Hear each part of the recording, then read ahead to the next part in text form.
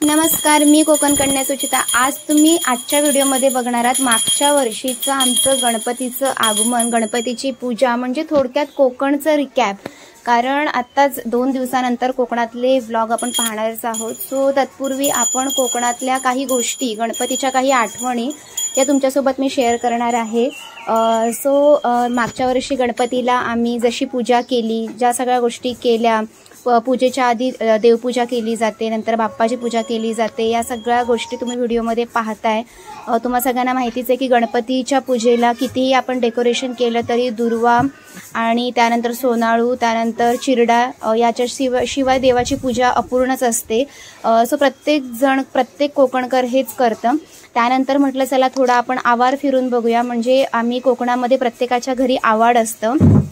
So ही आहेत अळूवडीची पानं आणि हे आहे आपलं भात शेती। ही सगळे आपण जे बघतोय ना, हे सगळं गेल्या वर्षीचं बघतोय, कारण का जाण्यापूर्वी कोकण कसं आहे तुम्हाला अनुभवता यावं म्हणून तर आपण हे सगळं कॅप्चर केलेलं आहे, जे मी तुमच्यासोबत शेअर करते।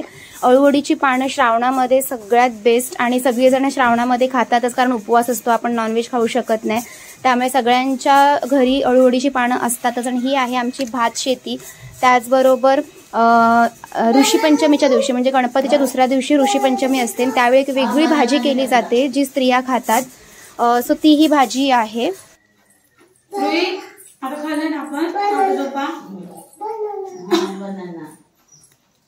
स्टार पण आहे, तो पण एक दे स्टार हाय बघ पुनंदा। अगं चल आसोनला जायचं आहे, आसोनला येऊन मला बामणाकडे जायचं आहे। नंतर म्हणजे आता कशाला बामणाकडे, कुणाचं ग्रहमन बघायचंय, दोघे पण सेमच दिसत आहेत। ते म्हटले ग्रहमन नाही बघायचं, माझ्या पोरीचं म्हटलं कचिन चोरला नाही ना, तर आता जाऊन ना भटजीला मी नाव फोडायला सांगते। ती जाऊन आवाज कशी घेते, चिन्मयी मम्मा कुठे आहे, कुठे आहे मम्मा, मम्मा मम्मा। तर आजचा गणपतीचा दुसरा दिवस तुम्ही बघितला असेल, गणपतीची पूजा झाली, देवाचं पूजन केलं आणि त्याचबरोबर आरती देखील झाली। सो आजचा आमचा गणपतीचा दिवस खूप छान गेला। तो आमचा गणपतीचा दिवस तुम्हाला कसा वाटला? हे असे अडवतात मला व्हिडिओ बनवताना।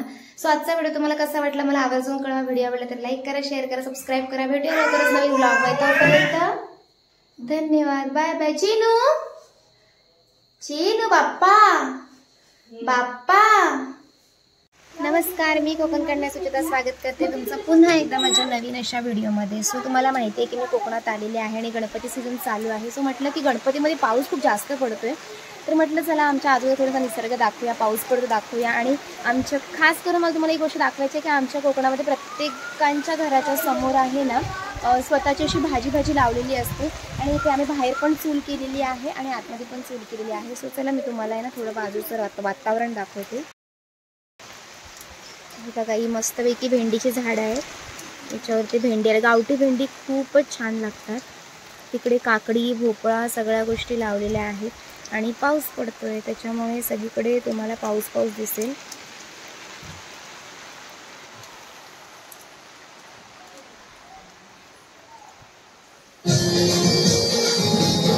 गणपती, त्यामुळे त्या गणपतीची गाणी तुम्हाला आवाज येईल।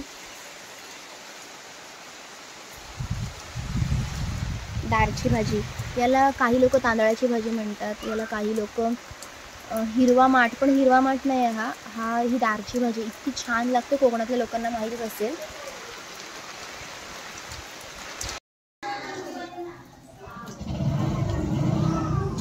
आमच्या विंडोमध्ये कोण बसले? शिव आणि रुही। शिव, माझ्या व्हिडिओमध्ये काय बोलशील तू? बोल बोल लवकर बोल की। मी शिव। मी तुझी कोण? मी तुझी कोण? आधी मी कोण सांग? मी शिव आहे, मी शिव आहे।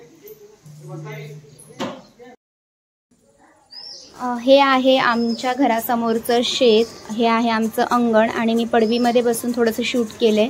आता मी आमच्या घराचा फ्रंट व्ह्यू सुद्धा दाखवते, तिकडून मी चालत येऊन दाखवते तुम्हाला, जेणेकरून तुम्हाला आमचं घर पण कोकणातलं कसं आहे हे सुद्धा दिसेल। तत्पूर्वी ही पूर्ण हिरवळ बघताय ना, एक नंबर आहे। हिरवळ मी आता अनुभवणारच आहे। जसं की म्हटलं, हे आहे आमच्या घराचा फ्रंट व्ह्यू. म्हणजे ते समोर दिसतंय ना, ते आमचं घर आहे. आता मी तुम्हाला दाखवणार आहे आमच्या इकडची नदी. म्हणजे ही आहे नदी आणि इकडे आम्ही जातो गौरी आणण्यासाठी. गौरी म्हणजे सगळ्यांना माहितीच आहे, कोकणामध्ये गौरी गणपती सण किती मोठ्या प्रमाणात साजरा केला जातो. सो इकडे आम्ही गौरी आणायला येतो, तिकडे आम्ही चाललोय आता.